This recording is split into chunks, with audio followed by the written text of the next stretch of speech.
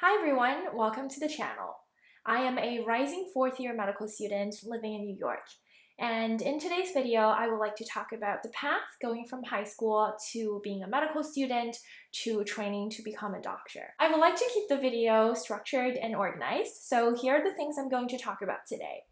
First, why I'm making this video, and then second, the preparation it takes prior to coming into medical school, and then what medical school is like, just briefly about that, and last but not least, the training that you go through after medical school, so postgraduate training to become an independent physician.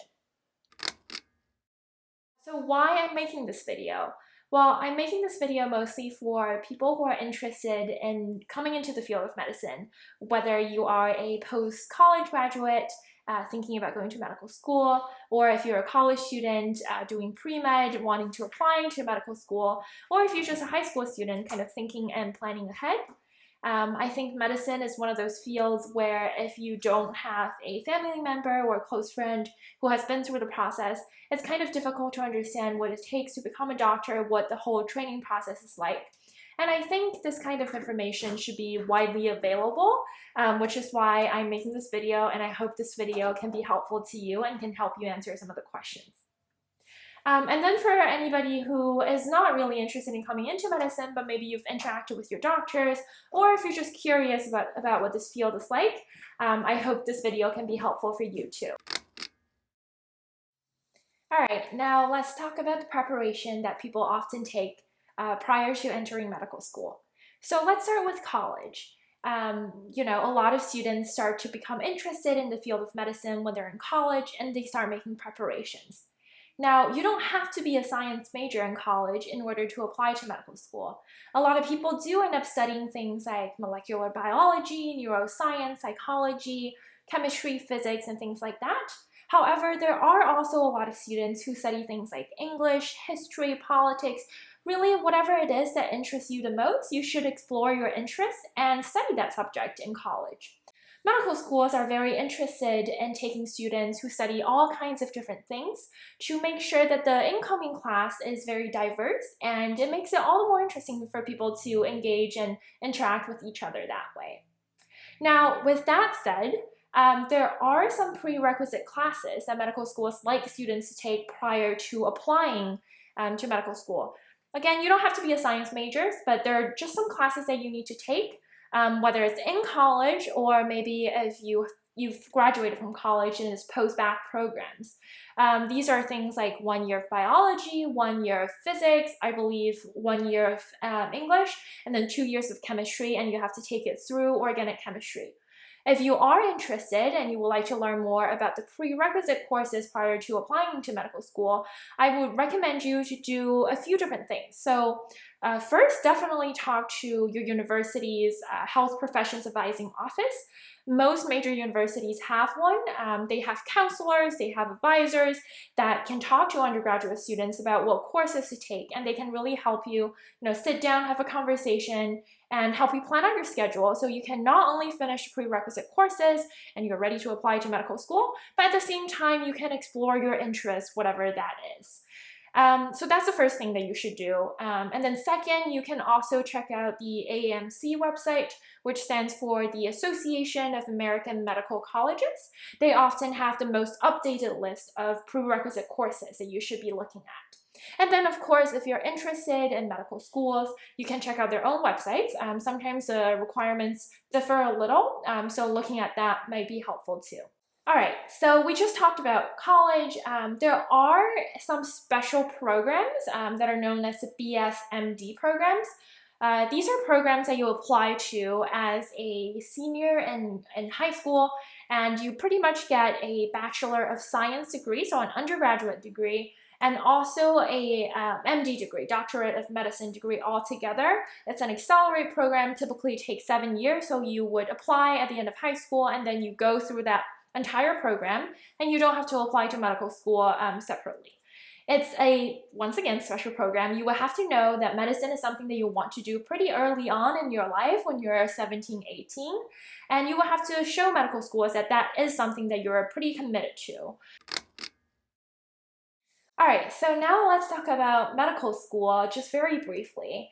How it's typically structured is that in the first 1.5 year to 2 years, depending on the school that you go to, you would be sitting in lectures, doing what is called preclinical training, which means that you're learning the basic science as well as the clinical science.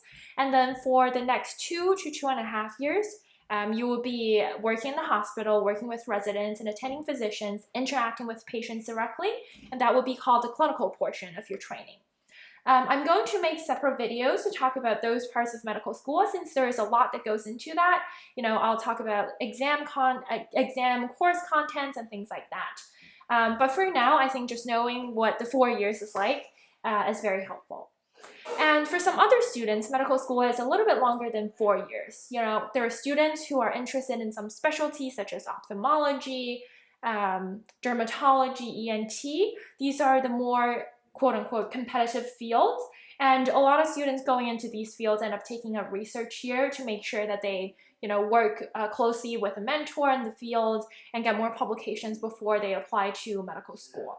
And then, of course, there are people who apply to dual degree programs, which are combined programs once again. So you not only get your MDs, but some people also get their MBAs, things like Masters in Public Health, Masters in Bioinformatics, in Clinical Investigation, so on and so forth. If you are interested, it never hurts to kind of go on the website, browse through everything, and reach out to whatever support that there is. Talk to someone who's done the program or talk to the dean if you are interested. All right, now let's talk about postgraduate training. So the training you would go through after you get your MD and graduate from medical school.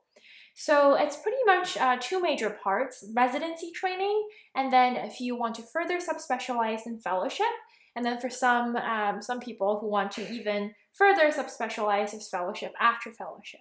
So let's start with residency. Residency training you would start after finishing medical school, and it's anywhere from 3 to 7 years depending on your field of specialty. For example, if you choose to train in internal medicine or pediatrics, it's around 3 years of residency training. Programs like dermatology and radiology are 4 years of residency, and then general surgery at most places are 5 years. Neurosurgery typically lasts 7 years for their residency program.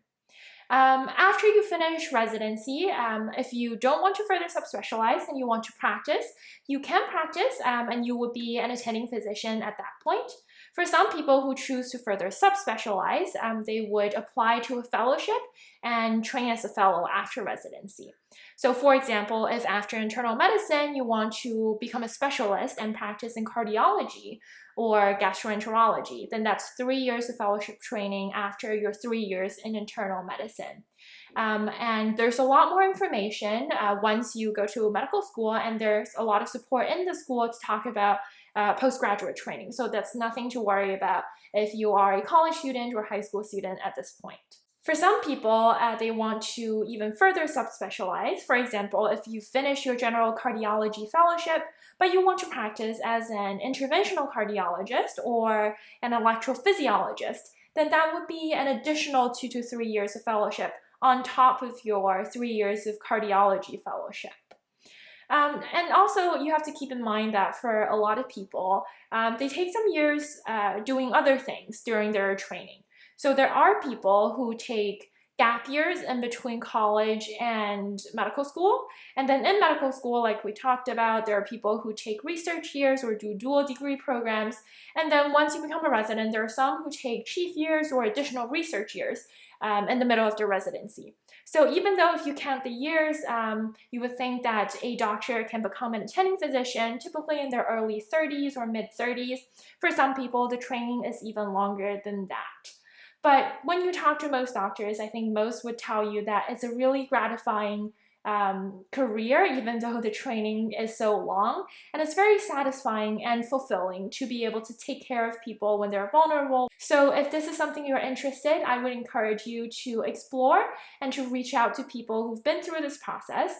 If you've enjoyed this video, please like, subscribe, and drop a comment down below. Thank you so much for watching. See you in the next video. Goodbye.